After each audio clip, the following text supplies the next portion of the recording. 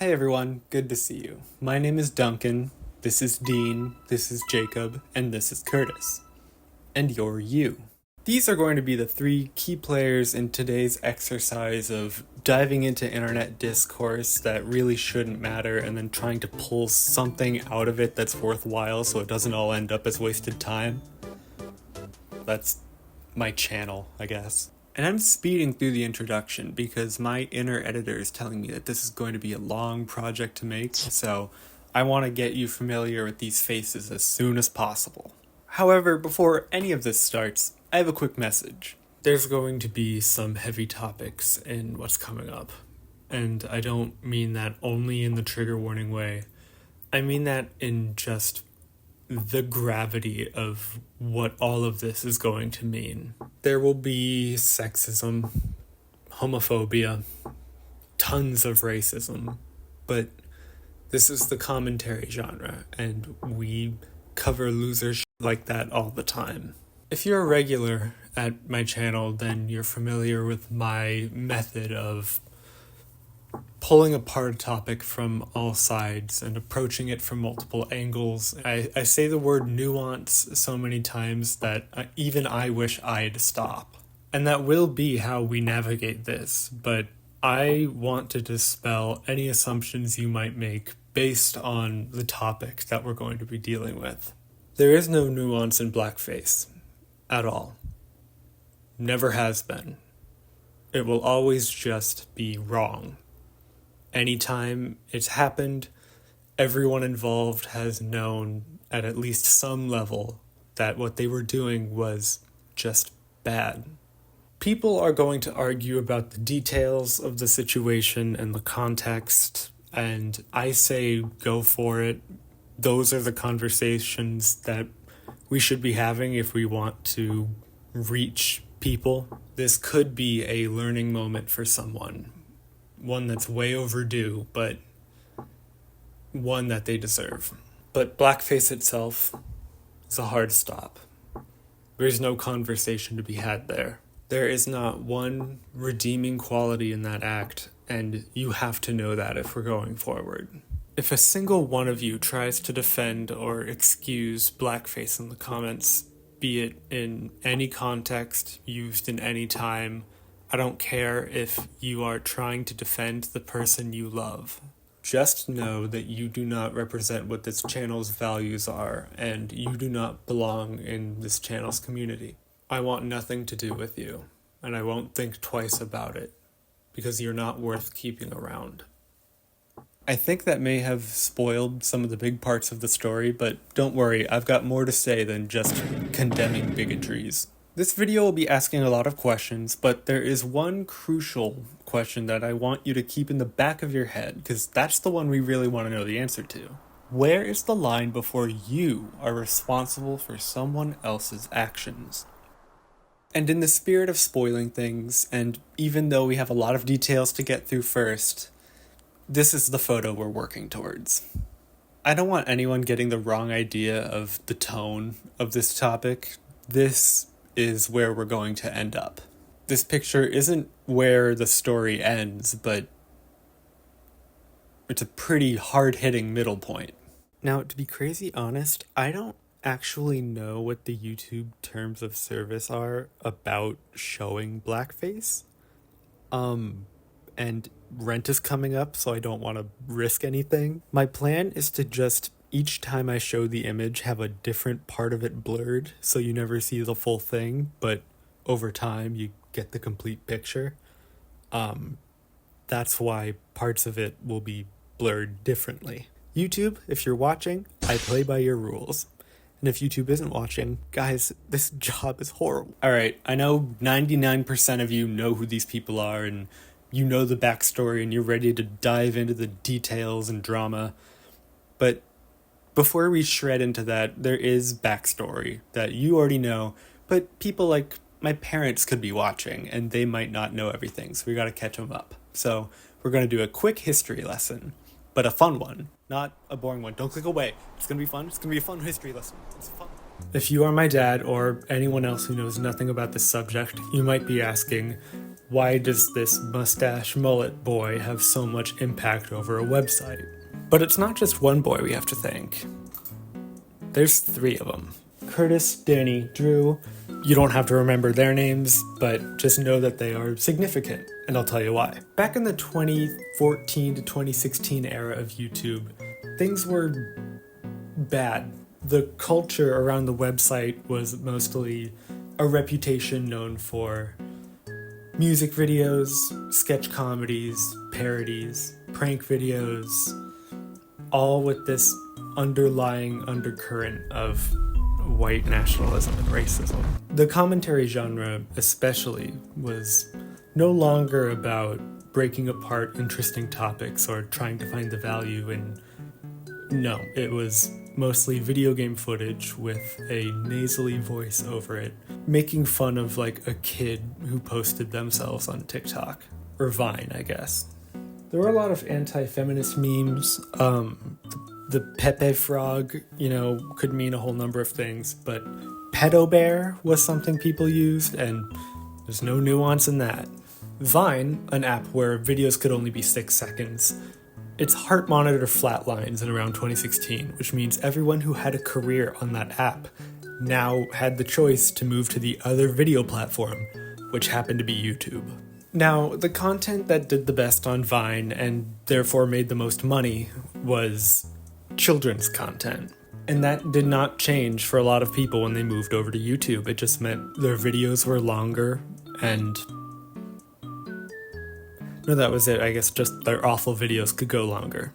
And I'm talking comedy like girls be like, boys when they see their girl for the first time, just bad stuff.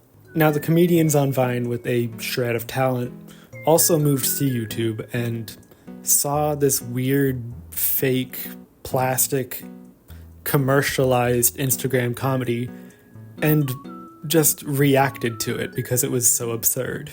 So this side, Kurtis, Danny, and Drew just started reacting to them and making videos about it. And they were never mean. They were never harsh or wished ill upon them. All they did was make goofy jokes about how silly and stupid the other content was. They didn't use anti-feminist memes. They weren't anti-feminist, I think weird was the harshest word they used against it.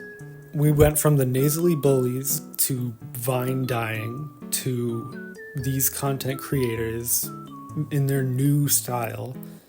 And then, we hit lockdown. And social commentary had already begun to expand beyond that's weird and turn into that's wrong, and we're calling out people who deserved it. And when the lockdown hit and we were all inside online all the time, this was an effective way to gain an audience. Plenty of people were acting stupid in the lockdown years, and so there was endless content. And if you watched one of their videos and agreed with them, you'd likely return.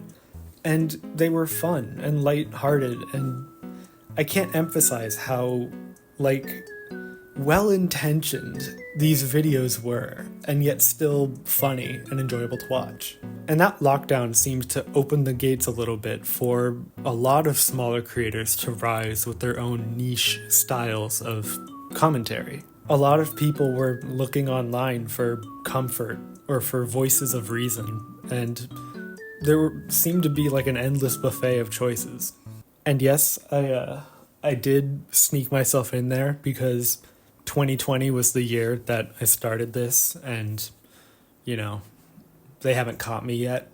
And so you may look at this guy and see just a dude in a mullet, but I see someone who has made it possible for me to have a career online without needing to insult people, which I would never do. I don't think it is too grand of a statement to say that Kurtis Conner is one of the people who have made the YouTube landscape better. And so whoever you see in that image, I see someone important and someone to respect.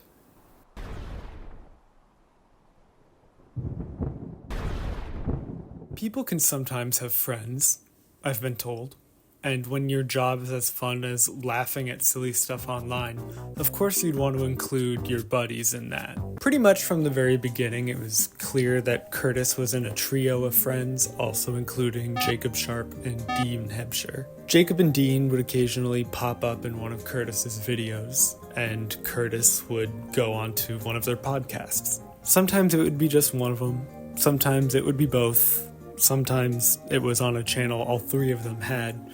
But the point is that everyone in the Kurtis community pretty much knew these two people as members.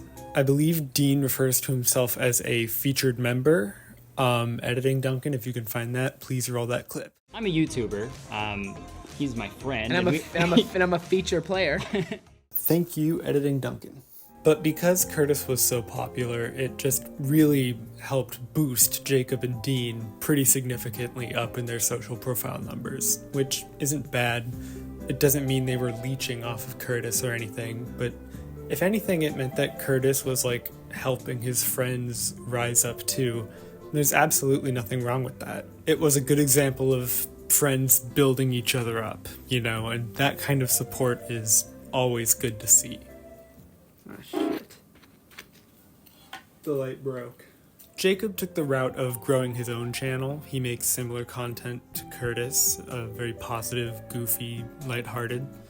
And Dean took the path of putting it into his podcasts and his stand-up comedy career. A few years into this rhythm, Kurtis announced that he was going to be on tour.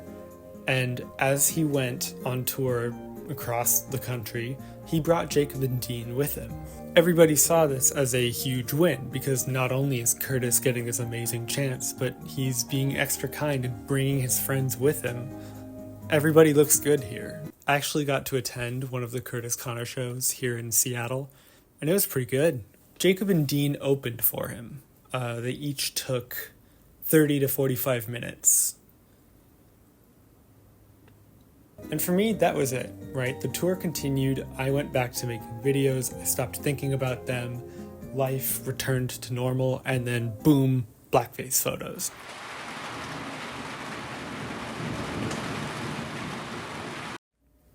Oh. My executive producer has some notes. Am I doing a good job? Thank you. Starting on the Kurtis Conner subreddit, a lot of discussions started piling up over resurfaced photos of a costume party involving Jacob, a third unidentified person, and Dean in blackface. This is really bad. There's no way to excuse it. All of it is really just really bad. It's a disgusting thing to see and for me to think about, so you can understand why it spread like wildfire on these forums. A lot of the users who were seeing this for the first time were freaking out because this is a huge thing. But a lot of other users were going, oh, yeah, that. As if this was a topic that had been brought up before, but it was unresolved. And then very quickly after this, we get a Twitter apology video. And you have to wonder, how do you apologize for something indefensible? Badly. It was an unhappy subreddit. Hello. As many of you already know, there are some photos that have resurfaced of me in blackface from a Halloween party in the year 2014.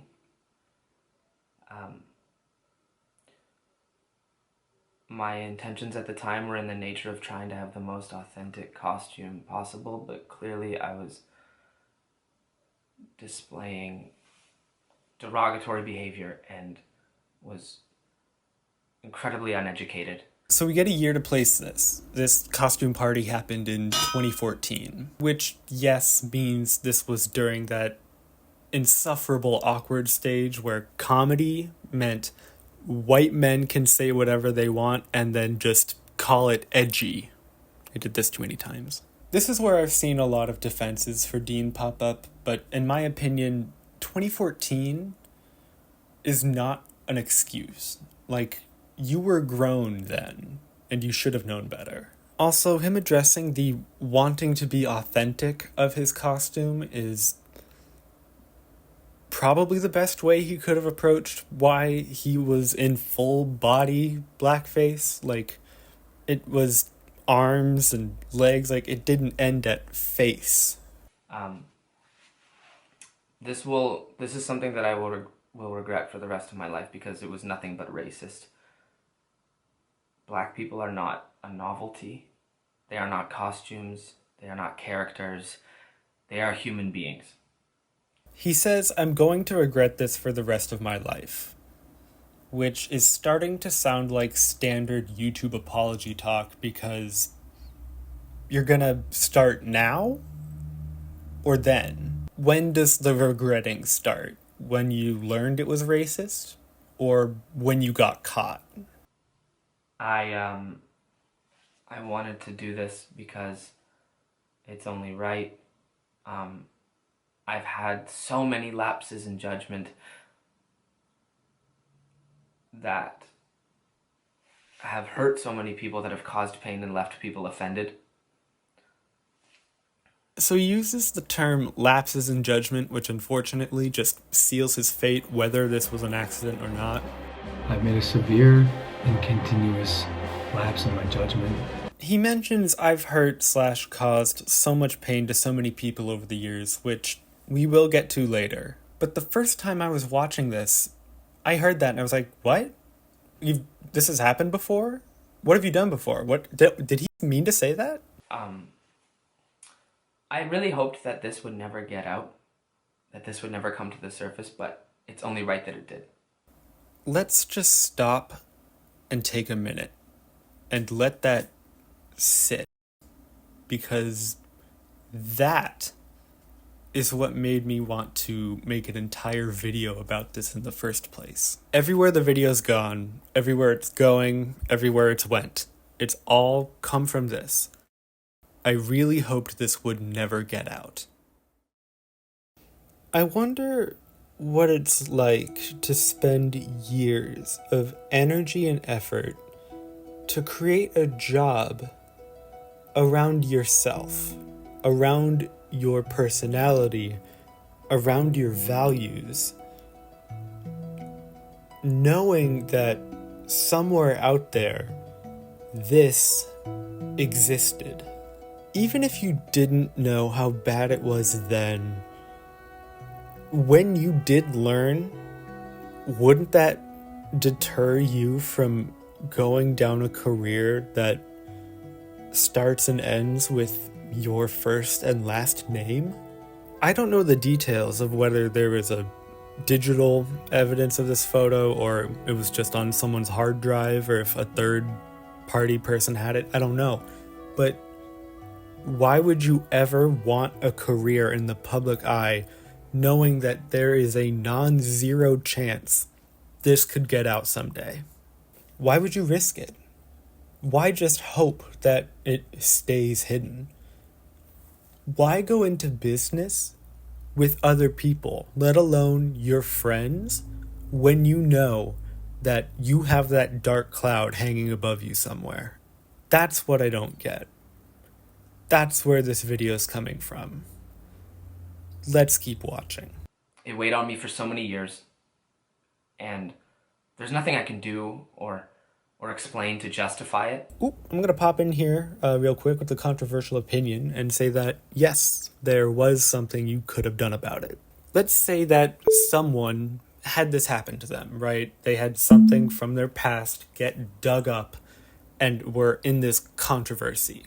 It's a horrible thing that they shouldn't have done. It offends a group of people. It threatens their career, blah, blah, blah. We're familiar with this. That's now. And then there was when this happened. Somewhere in the middle, I'm assuming you knew that it was wrong. And in between the time you knew it was wrong and now, that was your window to do something about it. This is my hot take that I don't know if it's true or not, but I think it is possible to publicly come out and apologize for something you did before anyone else finds it and still manage to have a career.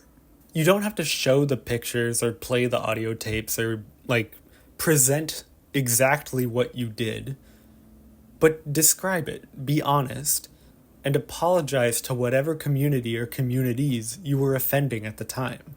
Then dedicate a good portion of your time and your career to reparations and paying back to that community that you hurt, knowing that some of them might still not forgive you. Donate a portion of your monthly profits. Have every fourth comedy show, for example, go to support a local fundraiser. Go to events, raise awareness, do something. Don't just wait. It's completely unacceptable, and I'm absolutely ashamed that there once was a version of me that thought this was acceptable. The secrets of the past that will destroy someone's career will come out, because they just will. They always do. My genre of YouTube has been covering 100 of these a year. It's always gonna come out. And if you know you've done this horrible thing that would potentially ruin your career in the public eye, you always have the option not to be an influencer. Or, someone who's trying to gain the trust of an audience. Someone whose face is the product. If you have a past of edgy comedy that you know is bad, maybe take a job in backstage, or maybe you ghostwrite for someone, or maybe you are part of a team that does influencing, but you're just not at the forefront. You should still be doing reparations, but you just don't have to say why. If you did something bad, you should atone for it. And you can do that without all of this public humiliation. I do believe that somehow that's possible. Because instead, when you wait for it to be found, it means the entire time you've been known, you're guilty. And every version of you that's ever appeared on camera or heard on audio is someone who deep down knows about this thing that they did and is hoping that nobody finds out and is just coasting on that hope. But you're guilty. You know you did this. And you know that we don't know. But that won't last forever. Every time you've ever been shown on camera, you now have a face of guilt. To be honest, the night of that party, the reality of my wrongdoing was met with swift justice. I was hit in the back of the head by a person of color, and rightfully so. He did not just say swift justice. You can't call it swift justice just because it happened directly after the event. That's not justice, it's just swift. Dean, you getting smacked upside the head was a consequence. One that, if you gave critical thought, might have made you realize that what you did was wrong. But it doesn't sound like that was enough. Since this incident, I've definitely made a concerted effort to learn more about the history of blackface, and I've actually learned more about systemic racism in the past 5 years than I have my entire life. Congrats, man. It's good that you're trying to grow from this, but you staying up late reading at the library about racism doesn't change the fact that you did it and then tried to hide it.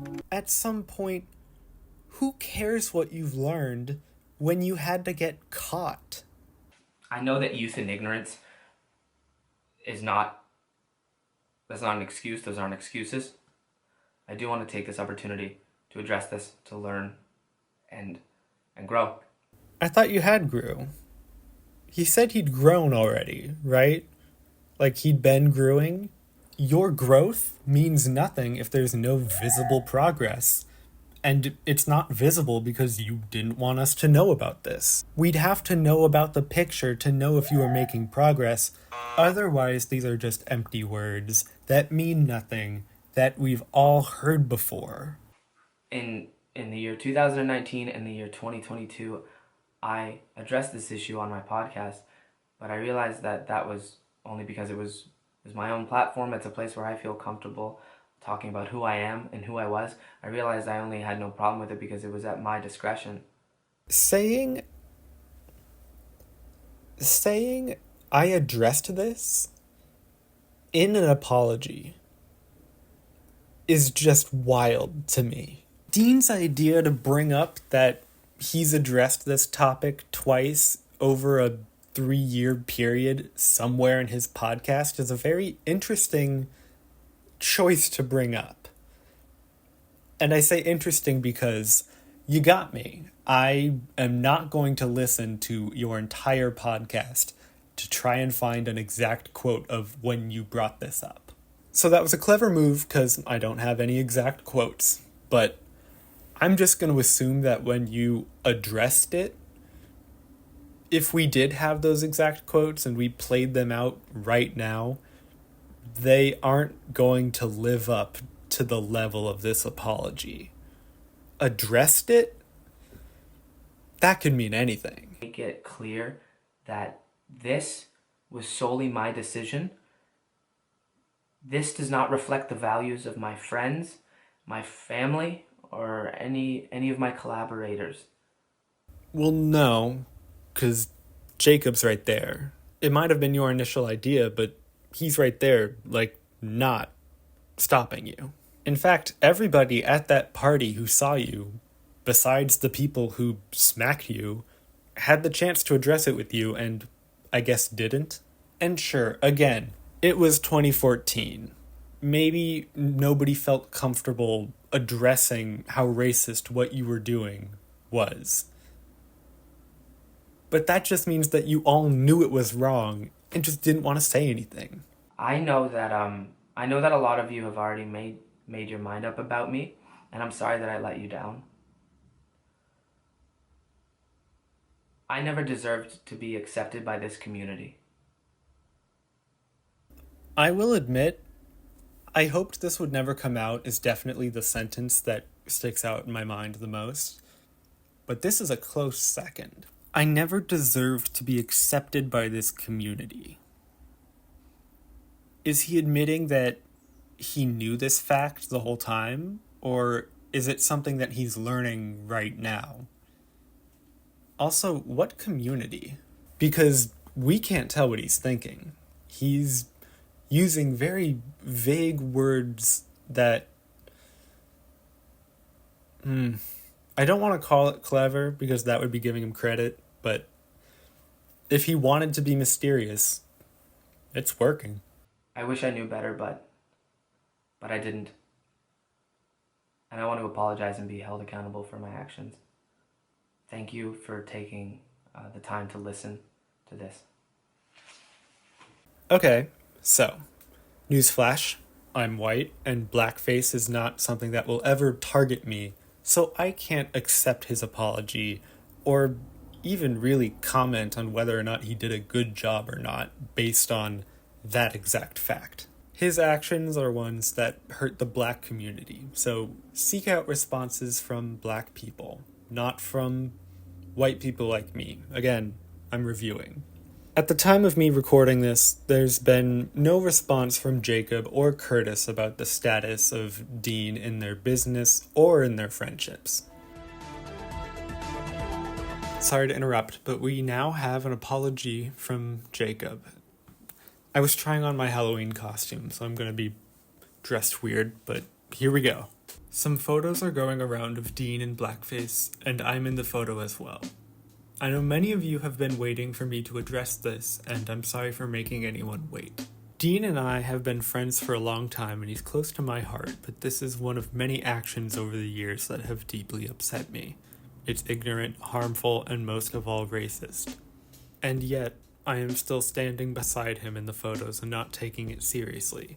This is the epitome of being a bystander. I wish I had tried harder to stop it from happening or remove myself from the situation entirely, but I didn't. Halfway through, it seems like he's very genuine. This reads very, I don't want to say believable, but, it's honest. He calls himself a bystander. He calls what it was racist, The thing that's throwing me off is this is one of many actions over the years that have deeply upset me. So there's more actions that potentially we don't know about. I don't know. I don't know what that's about. But so far, Jacob seems legitimately sorry. That is something I was and continue to be deeply sorry for. I have always looked back on those pictures with embarrassment, and since then I have made huge strides on speaking up when I see something I disagree with. As for my relationship with Dean, it has continued as it has because I have seen him grow over these incidents and over the years. I believe he will continue to make changes in his life and efforts to improve his character, and beyond that I will let him speak for himself. For the time being, I'll be going on the upcoming tour by myself. As far as Notes app apologies go, I'd say this one is really good. And again, I am not in the party of people who can forgive him for this. I am just saying that this is a very well-spoken and honestly worded apology. The two things that just stick out in my ADHD brain is I have always looked back on those pictures with embarrassment, which means that the photos were somewhere that they knew about. They knew the photos existed and were quiet about it. The second is when he's talking about Dean, I believe he will continue to make changes in his life, improve his character. Yeah. It's worded as if he's going to keep going, or there's going to be another round of trying to teach him to be better. I don't know if he is better now or not as racist, but if his friend has hope that he's going to improve, on the one hand, it's like, who else would know better than a friend? But on the other, it's also biased, potentially. They're business partners as well as friends. It's just that this has unique layers of honesty that you want to be able to see through, and it's really impossible to, really, on all sides. So that was the apology from Jacob, and I will be back if there is an update from Kurtis. A response from Jacob is owed, because he's right there in the photos. He is directly involved. He's there. He needs to say something. A lot of people are also demanding Kurtis do something, which is interesting because Kurtis isn't there. He's not at the party, as far as we know. We don't even know if he knew about this. Sure, Kurtis is Dean's friend and all, but does Kurtis have a responsibility to be involved in this?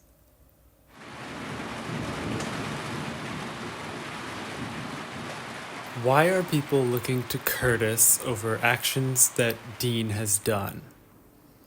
This is a topic that can be approached at many angles, and believe me, people are. Yes, Kurtis gave Jacob and Dean their original exposure, but he's not in the photos unless he's taking the picture, and speculating about that would be a waste of time. Yes, Kurtis put Jacob and Dean in his tour, which was actively making them money. But also they're his childhood friends, and he shouldn't be blamed for wanting to boost his friends into cementing their own paths. We already have the apology from Dean. That should be the end of the story, right? If someone does something wrong in their past, then they apologize, and then the community decides if they forgive it or not. Isn't that how it goes? Isn't that where it should be contained? You probably have your own answers to these questions, and I'm going to walk you through mine, which is multi-layered. Sorry. Expecting perfection from anyone is unrealistic, and I don't mean to be running around throwing diagnoses all over the place, but I think Kurtis has a weakness in being able to not look past that barrier of friendship. I have 2 points of evidence for this, and here they are. The first time we saw a Dean defense was when they were both invited onto a internet show that they both actively made fun of on their own channel called Bestie Picks Bay. Yes, it is as strange as it sounds. One contestant sits blindfolded in a chair with like a police lineup of girls behind them, and their friend asks a series of questions in order to whittle down the final girl that matches his friend with the most chemistry. As far as internet shows go, it's weird, but the fact that the people behind the show were willing to have Kurtis and Dean on, despite them making fun of, it shows that at least the people behind it were like pretty cool people. One could argue that Kurtis did too good of a job of being a wingman here, because the girl that won and was matched with Dean actually started hanging out with him beyond the shoot. They took photos together, they made videos together. It seemed like these two really got along. The first thing that people and Justine seemed to notice was that when they were filming a video reacting to that episode, Dean was making jokes about the other girls that seemed to be way too harsh. It's okay, good luck with everything. Thank you. You I too. hope you find your future babe. Just milking camera time. Good luck with everything. Anyway. Hey, go. Biggest I've ever met in my life. I can't eat them, but I can. He was insulting their looks, how they talked. He even seemed to be disclosing information he saw while the cameras weren't running. And Justine seemed a little shocked that he was going this far. And up until this point, people had known Dean as Kurtis's friend, so suddenly, where is this coming from? Why is Dean so different? This wasn't a side of him that they knew. Even later, Justine came forward with pictures of paragraphs of text between her and Dean, and they are not good. She was basically overexcited, which is understandable as a fan, so she was tweeting about it, and she was asking Dean to record a personal hello message for her brothers and one of her friends. And in the messages, Dean comes down on her pretty hard, accusing her of using him for fame, how she was moving too fast and that he was starting to back off, and how she can't expect him to spend his entire time catering to her. What is that light? That's gotta be really distracting. And as soon as Justine shared these texts, the conversation on Dean pivoted very hard. And when Justine released these pictures, the stir around Dean just whipped up more. And so Dean had to put out a public apology to not only Justine, but to her brothers and the friend about how he had gone too far. The second Dean defense happened when a bunch of old tweets of his resurfaced online. And much like all old tweets that resurface, bad. Those tweets, and there were a lot of them, contained some of the laziest usages of racism, homophobia, sexism. Like, calling them jokes isn't really fair. They're more like statements, bigoted statements. It just reopened the whole case against Dean, and people brought back that same energy that they seemed to have unresolved from the first time. This wasn't just a complicated relationship. These were offensive jokes, and they wanted accountability. And so Dean had to make another public apology, showing remorse for his old behavior and promising that he was changing. You can probably see where I'm going with this. These aren't the Dean defenses that matter. They don't. When people were looking for acknowledgement and reactions and accountability, they weren't looking at Dean. People wanted a response from Kurtis about Dean. On paper, that makes sense because Kurtis has a huge platform that Dean is occasionally on. And so, if they're friends so publicly, it would make sense that he should have, at least an opinion to comment on. That seems fine. I don't see a problem with people asking for that. That seems within reason to me. But there were people asking for an apology, and then there were people demanding an apology, and understandably so. The racism and sexism and homophobia that was in Dean's jokes didn't seem to be completely countered by his apology, and so they wanted Kurtis to acknowledge this and to acknowledge it for real. Some people pointed out the fact that the actions Dean was showing is something that Kurtis would be making fun of in a video of his, making Kurtis a hypocrite if he doesn't respond to this. And when people are banging on your door, it makes sense that you might swing the door back open at them.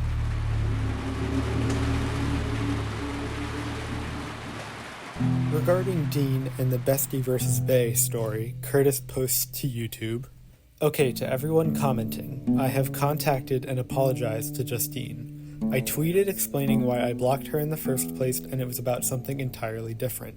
And to everyone saying the thing about your only personality trait, I never said that. I'm sorry he said that about you guys because he never should have. If he said that to me, I would be livid. His words do not reflect how I feel or how I see my subscribers. I love you guys so much and I work very hard on my videos for you guys. And reading your guys' comments is literally the highlight of my week. I would never, ever even think about saying that." This is all I could find on the subreddit in terms of photos, but him referencing the blocking Justine because Justine added that Kurtis had blocked her on top of everything going on with Dean. Some undetermined time later, Kurtis posts what appears to be an Instagram story. "I've been getting a lot of tweets questioning my character based on what Dean said, and I want to assure everyone that I do not agree or support what he said at all. I've made it abundantly clear in all of my videos that I am a feminist and I support women. On top of that, the things that were said towards his fans in no way reflect how I see my fans. I literally would not be able to do what I love to do without you guys, and I try my hardest to go above and beyond every single day to make sure you can all feel good about supporting me and my content.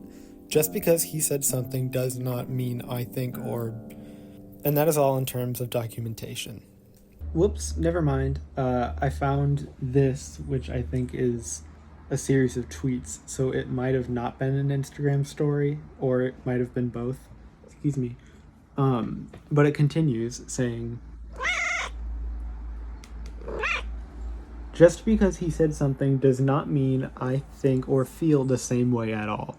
I'm not happy with this either, but thank you to everyone looking out for me, and I apologize to everyone who was hurt."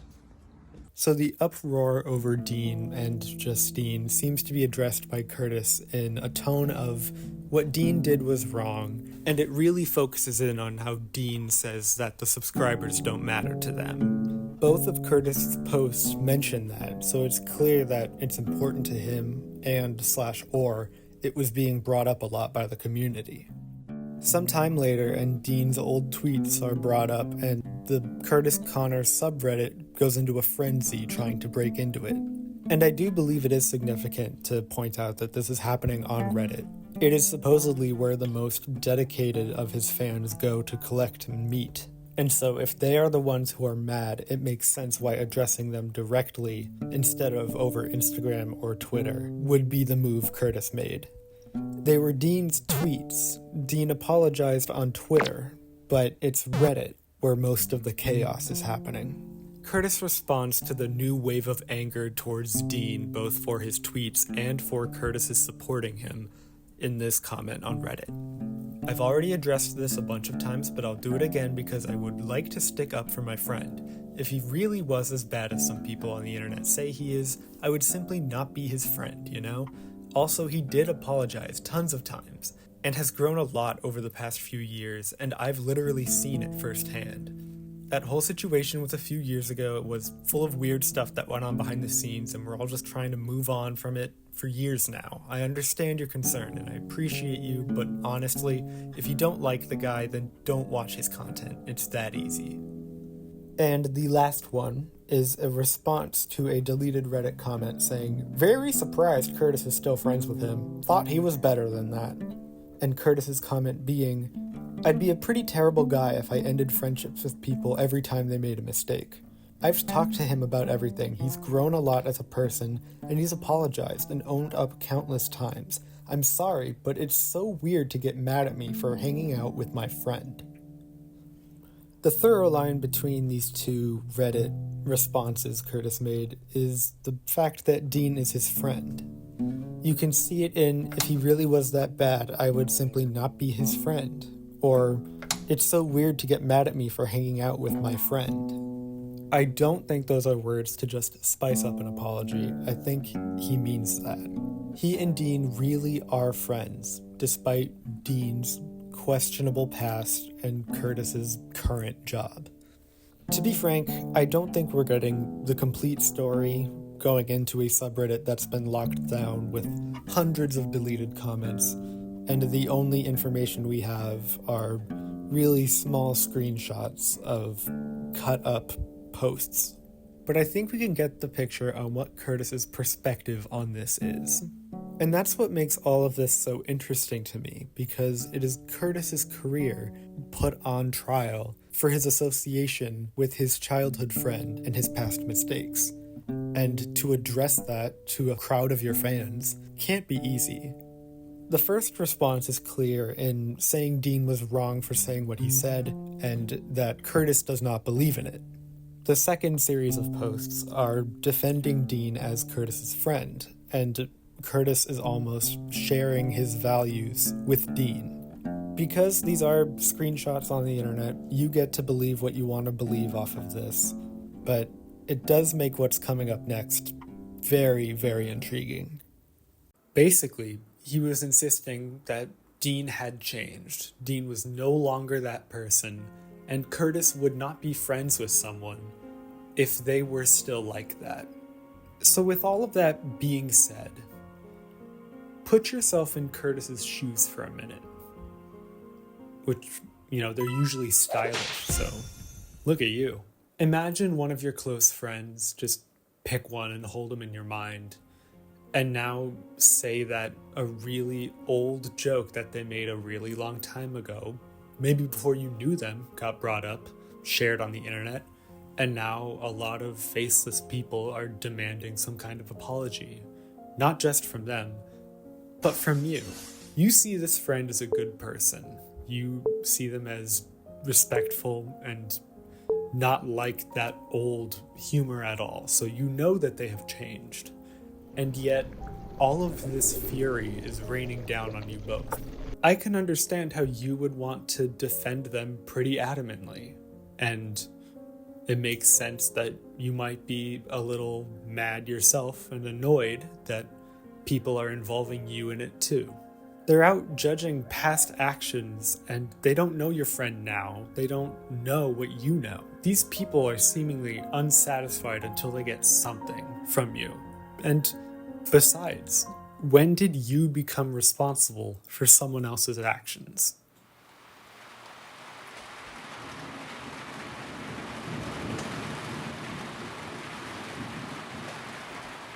The only person who knows what Kurtis was thinking when he was defending Dean against these allegations was Kurtis. I don't know why. You don't either. Kurtis might not even remember why, or maybe he didn't have a good reason. That's just how things played out. He chose to stand up for a friend, knowing full well that his friend's old actions are something that he would condemn as a part of his job. Standing up for someone you love is something that might not have reason to it. I mean, it seems like a very human response to want to protect someone you care about from this seemingly invisible titanic wave of voiceless opinions. Kurtis is important to YouTube. Not just the website itself, but to his audience and to the ways he uses his platform every day. To him, he was just coming from Vine to YouTube and wanted to poke fun at his old coworkers. And then when it started taking off, he probably ran with it. I don't know if he or Danny or Drew fully understood what they were doing to YouTube as a whole. The entire space changed, and Kurtis became one of the pillars of the community. And so, whether he wants to or not, yeah, I think his opinion and what he chooses to do matters. Defending a loved one is something I will always understand, but you cannot pick and choose who to apply your values to if you are a leader of a community preaching those values. We, as an audience, should expect equal treatment to not just the weirdos and strangers and idiots online that we talk about, but with our friends and the people we choose to surround ourselves with. No matter how instrumental or important or special or funny Kurtis is, we can't wave away the expectations that are on him because what he chooses to say matters. That's why I get why so many people were looking to Kurtis when these were Dean's f***ups, or why they saw when Kurtis chose to defend Dean as hypocritical, or how his arguments were thin. From an outside perspective, Dean is saying these things and getting away with it, and for him to be on the platform he is, getting paid the way he is, I can see how people would not see that as fair. The eyes turning to Kurtis, who is arguably in control the most of this situation, does make sense. But let's be honest, I also completely understand the selfish but human act of wanting to defend your friend over old jokes or, being awkward with a girl and having this wave of people come at him wanting some kind of payback or justice or revenge, and how you might want to stop that. These people don't know the full story. They don't see you off camera, and yet they are demanding you excommunicate your friend based on what they know.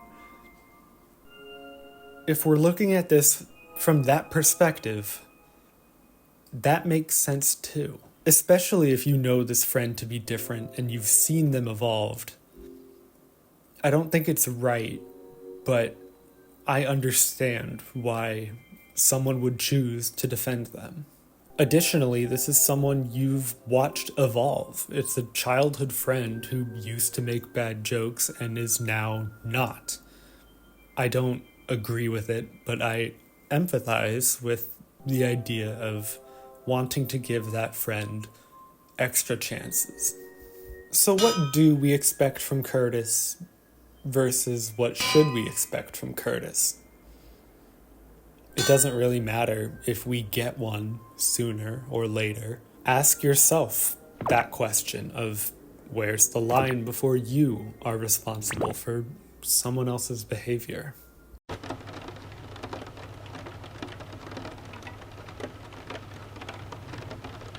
Till now, we've been referring to Kurtis as the public figure and us all as the audience.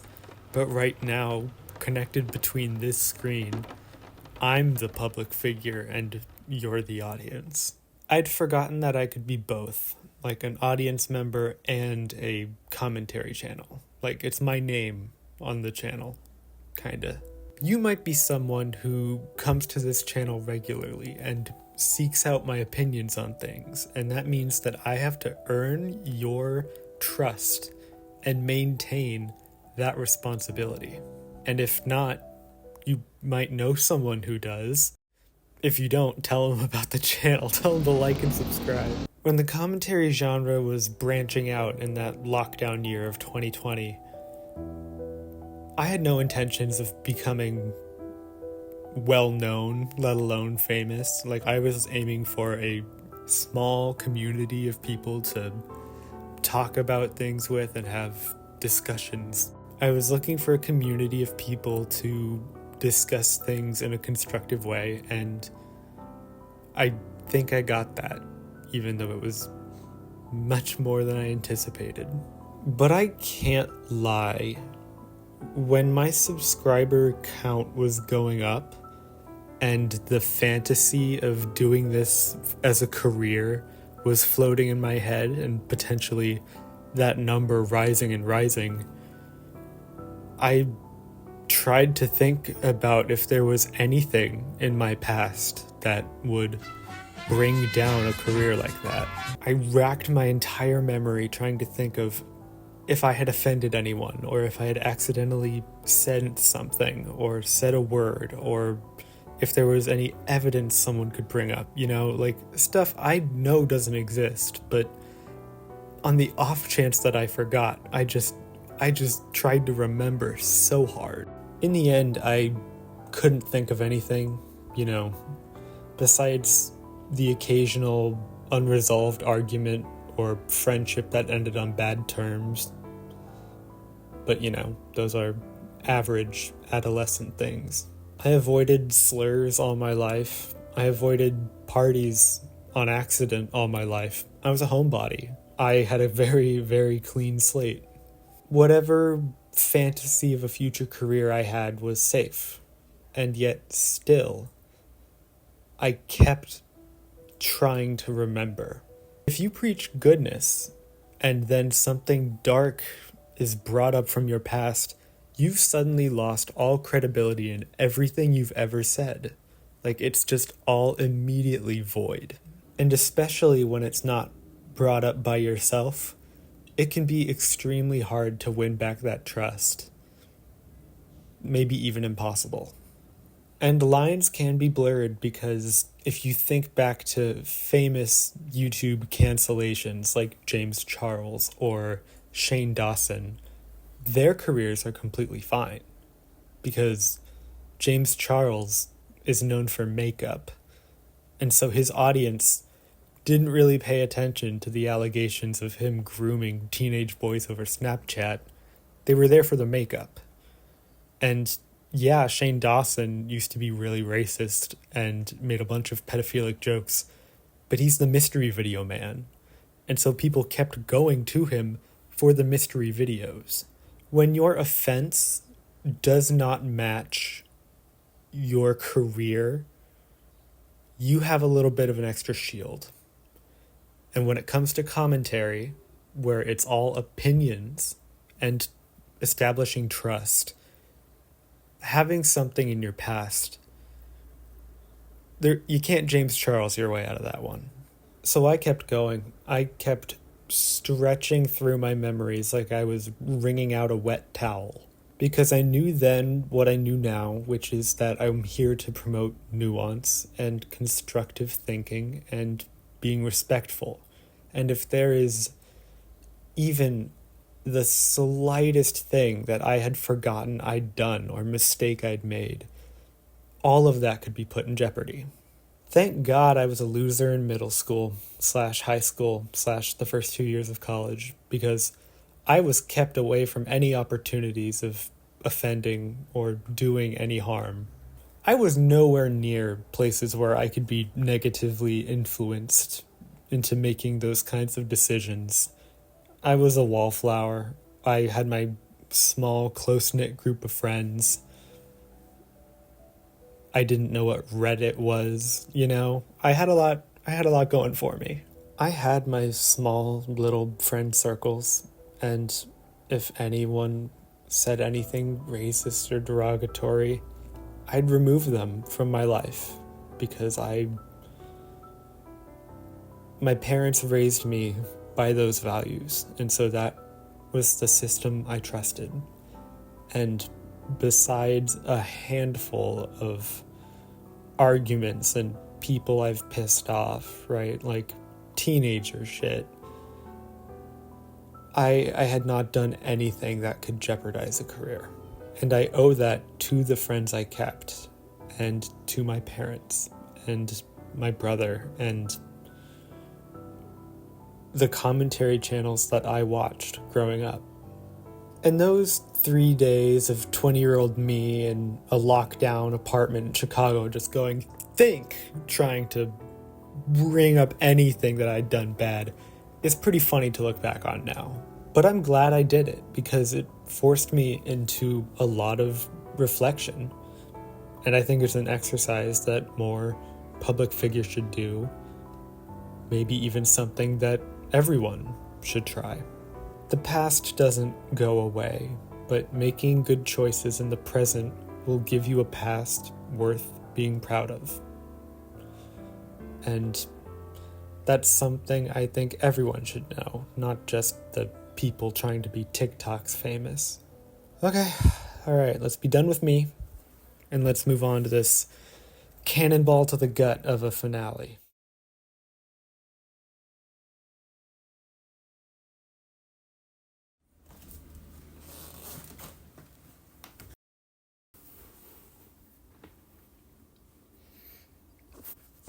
Journalism never sleeps, baby. The story seemingly had ended. I was going to finish my video with some unanswered questions, but Kurtis has now formally responded to the third Dean event, the blackface photos. It looks pretty long, but bear with me. I think every word we see here is going to be important towards what we learn from this. Addressing the Dean situation. Hey guys, for those of you that don't know, pictures of my friend Dean have resurfaced of him in blackface at a Halloween party in 2014, as well as several inappropriate tweets he made from around the same time period. Obviously, this goes against everything I stand for and everything I've preached on my YouTube channel and life.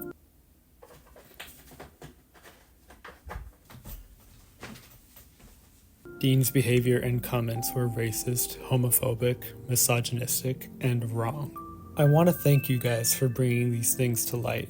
Sometimes when you're friends with someone for a long time, you want to see the best in them, and I believed that Dean had shown growth. Dean's behavior was abhorrent, and I should have spoken up to Dean about it when it was happening. It's not easy to stand up to your friends, and I need to do better at standing up for my beliefs when I witness racist, homophobic, and sexist behavior, regardless of when it took place. I also want to apologize for not addressing this sooner. I realize that as someone with a platform, I have a greater responsibility to admit when I'm wrong and set a good example. I've come to realize that all of you are correct, and I should not have given Dean a platform or taken him on tour. I'm sorry for doing so and will not be doing so in the future. I know that I should have made this change sooner. While I can't change the past, I can and will stop giving him a platform moving forward. I've tried my best over the years to use my platform to promote inclusivity and to combat intolerance, and the actions of one of my friends 9 years ago do not reflect who I am and what I stand for today. I'm sorry for having platformed someone that has done these things, and I hope my actions moving forward show my true intentions. I want to thank you all for bringing this to light and helping me address these problems. This feels like the kind of apology that fans have been wanting since the beginning. It's honest and it calls out things for exactly what they are. A part of me does want to dig into the part where he says, Dean's behavior was abhorrent and I should have spoken up to Dean about it when it was happening. Because again, that's implying that you knew at the time. But then there's another almost contradictory point where he says, I need to do better at standing up for my beliefs when I witness racist, homophobic, and sexual behavior, regardless of when it took place. So he's saying that sometimes, I don't know what he's saying. Dean is no longer on the tour. And he is experiencing the consequences for what he did 9 years ago without any sort of defense from Kurtis about how he'd grown or changed. And while I do think it's likely that he had grown and changed, if Kurtis didn't know about this, it would be a hell of a shock. And even if everyone knew about this, it coming out, it's kind of hard to like keep your friend on tour when that picture is out. He says, "I want to thank you all for bringing this to light a few times." And I think that's addressing how long this has been going on.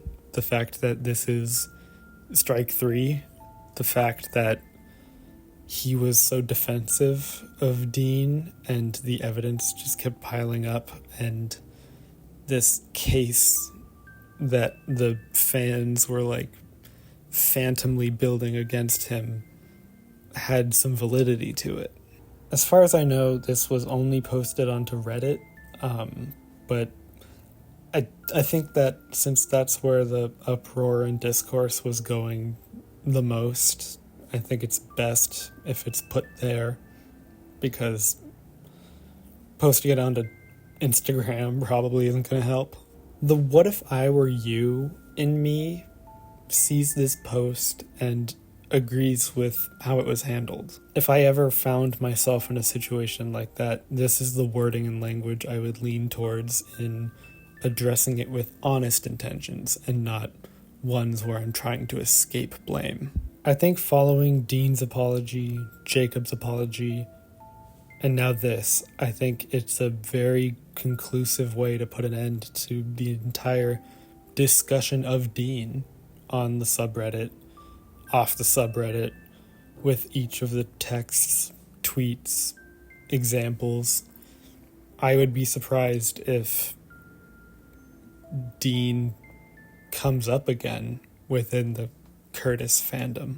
And of course, Kurtis the person can go see Dean off camera, but that's none of our business, and we won't know if that happens, and it's just not worth losing the brain energy over. Unless something else major happens, I think this is where it all ends. I will try and cobble together a conclusion to all of this tomorrow. I hope I'm not like having a really realistic dream, because I'm already like writing the conclusion in my head.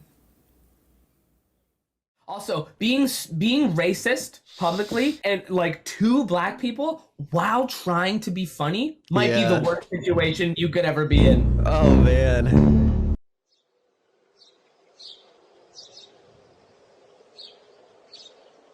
I have had to refilm the conclusion to this video 4 times, because between the updates and the rethinking and the talking with friends about it, I should have started the video with this.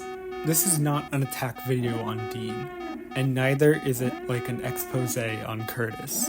This could have been about any comedian and their childhood friend who did something wrong. It's not personal. This one just happens to be uniquely related to me.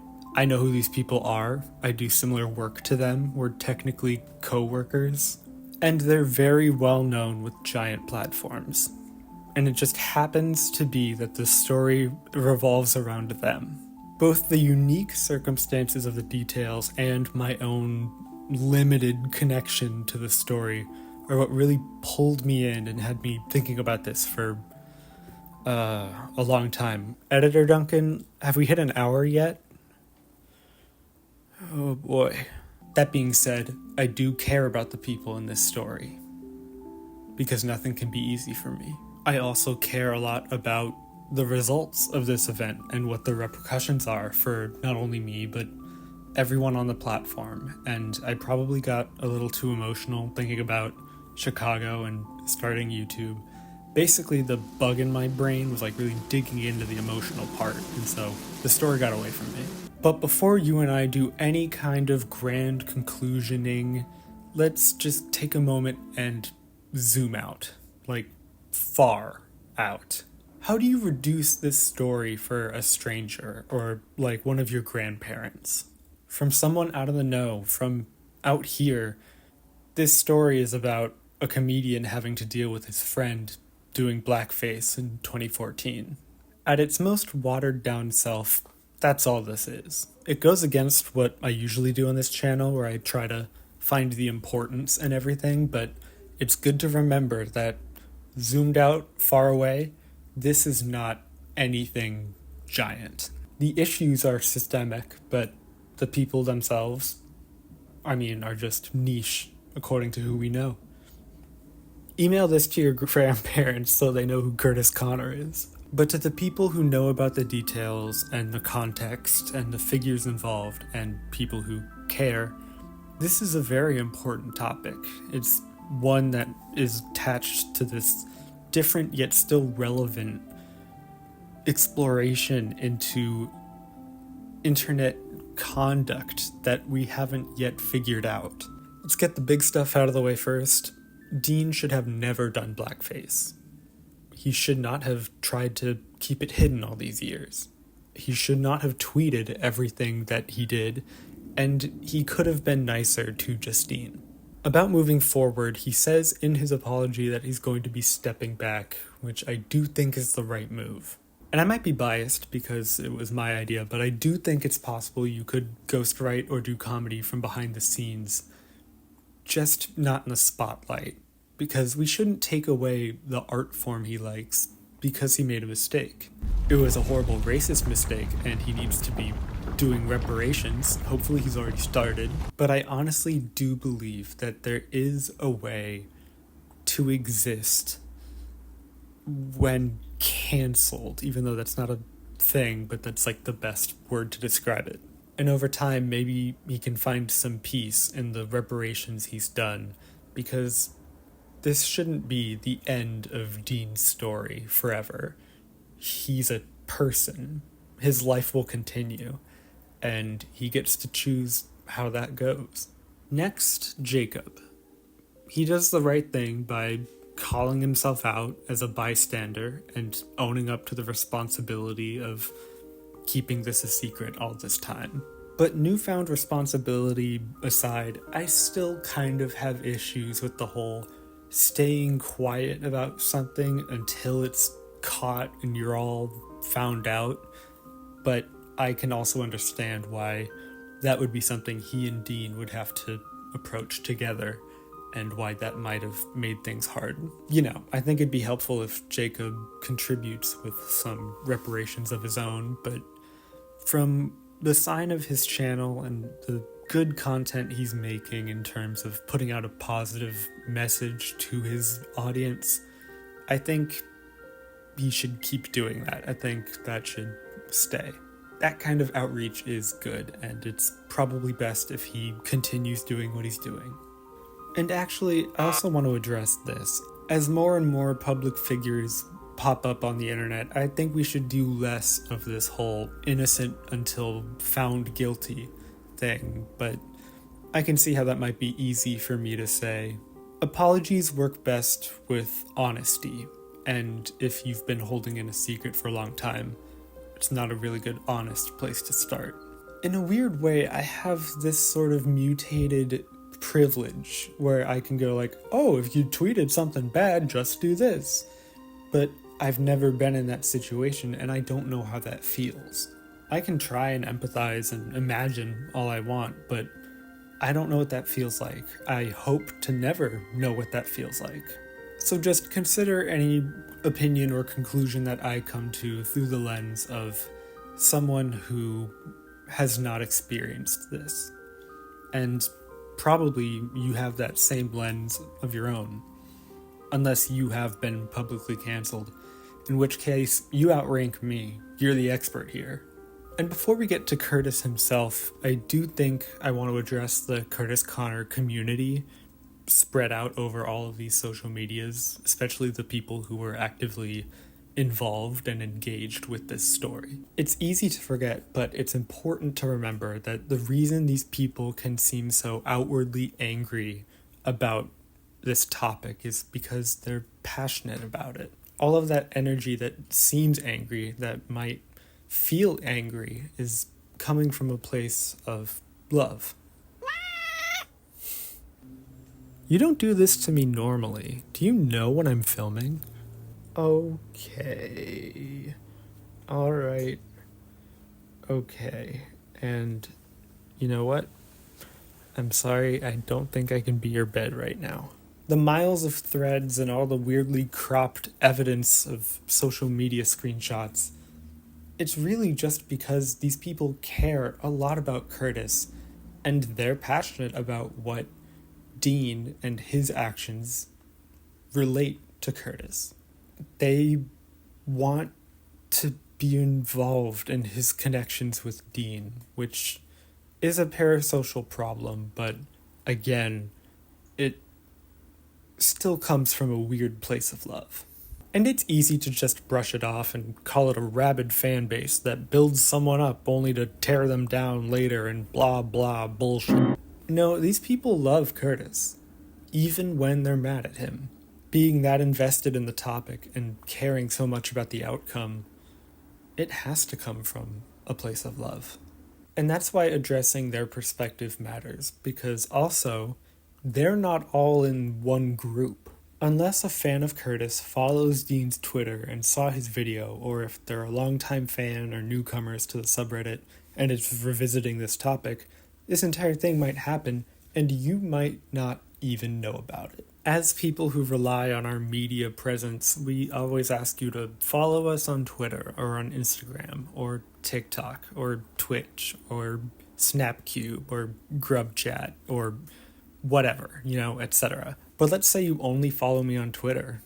If I'm addressing this huge public scandal over on Instagram, you probably don't even know what's going on over there. It's too wide of a network for everyone to know everything. And so, when discussing the Kurtis Conner fan base, it's important to know that I'm using that term selectively here. Kurtis posted the apology directly to Reddit, and some people might critique him for not sharing it elsewhere, but since that's where the uproar and discourse really started, it makes sense that he puts it there, and so they can link people to it.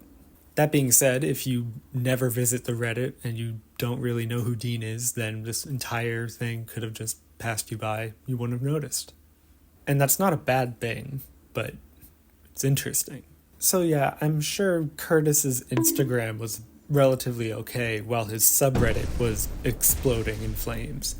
And that's just media entertainment, baby. Everything is/isn't important. Okay, finally, let's address Kurtis. Sure, he's a figurehead of the platform, like some slideshows might lead you to believe, but he's also just a guy. He's a person. A human being. And mixing a personal friendship with a business relationship might... And him having a personal relationship with someone that also extends into business is so complex. I don't think a lot of us could relate to that. But I think we can all recognize that allowing your friends into your business just because you're friends is kind of a big risk. And I said earlier that if I had to guess, I would say Kurtis is the type of person who gives someone multiple second chances. And he does seem to allude to something similar in his response. Thing is, I don't mean to imply that this is a negative trait. That's a good quality to have. Forgiveness and patience and kindness that you have to give someone to help them grow past something. Those are all the marks of someone who is almost putting in way more energy into a situation than they can or should. I truly believe that as our media culture started, becoming more progressive and a little bit less, look at you, you're not white. Once comedy stopped forcing disrespect, I'm sure Dean changed with those times. It's not like any of the evidence of tweets or pictures that were found were from a month ago. Kurtis insisted many times that Dean had grown as a person and put that stuff behind him, and I don't think he was lying. Dean is probably one of those guys that just became respectful and progressive from 2016 on. Kurtis vouches for him on this. I think the only problem is just hiding it, never addressing it, and turning it into like this big secret that eventually someone will find. One last note, this is super unimportant, I just wanted to throw it out there. A small part of me wants Dean to go on to Kurtis's podcast and have them both address this topic, like straight on. No comedy, no humor, no sugarcoating for the audience. Just title the episode Dean, and you both talk about it. Talk about how it was wrong or stupid, and go into how Kurtis tried to help him grow and everything, and just, air everything out in a way that your audience can see how it actually happened. I'm not saying the guy who did blackface should be given another chance on a platform. I'm just saying one episode where they discuss it from their own perspectives is something that viewers can learn from. And I don't know. It'd be nice if this whole thing could help more people grow instead of just 3 people remanaging their tour. It could end with Dean voicing his plans for reparations or how he's going to start paying back, and that could be it. This could just be me, and you might think that's a crazy idea, but I just want a real, uncomfortable, but honest discussion between the 2 people just who are involved on their platform. This could even happen on Jacob's podcast, just as long as it's not sugar-coated and it's a real discussion. I want to be a fly on the wall and listen to that friend group, and what their inner thoughts are. I don't know. This is me just paying way too much investment into something. Blame the bug. It doesn't matter how kind and respectful and progressive you are if you have not acknowledged what you've done in the past and are trying to keep it secret. That's the message this video has been screaming the whole time. When you're hiding something in your past, it's not like it's gone, it's just far away. And as your life continues, you might stop thinking about it, but your secret just gets closer. And you can pretend everything is okay, but at some point it's gonna hit you. Guilt is a powerful energy, and secrets are fundamentally destined to be found. And while the idea of that secret coming to light might scare you, you've got complete control of it. If it's either a personal secret or a potential media storm, don't let it control you by just letting it loom above you and ignoring it. And whether it controls you or you control it is the part that you get to control. You might get tossed around a bit, but eventually it's gonna blow over. And now it's just whether or not you want to repeat the same process. If you don't have secrets or a skeleton in your closet, then now is the time where you get to revisit the big question of the video. Revisit that idea of a friend getting caught for something and ask yourself where your personal boundaries are, because knowing yourself is never a bad thing. And learning more about who you are and where your beliefs come from, I think will only help you connect better with yourself as a person. I'm just the guy who compiled all the evidence and threw it at you.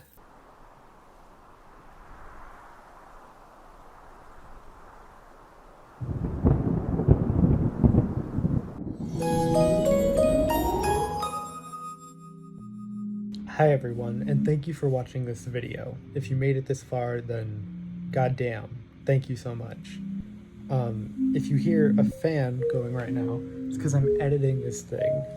I'm This was a big project, and it means a lot to me that you watched it, and hopefully it'll be over soon. So, you know what? I'm okay.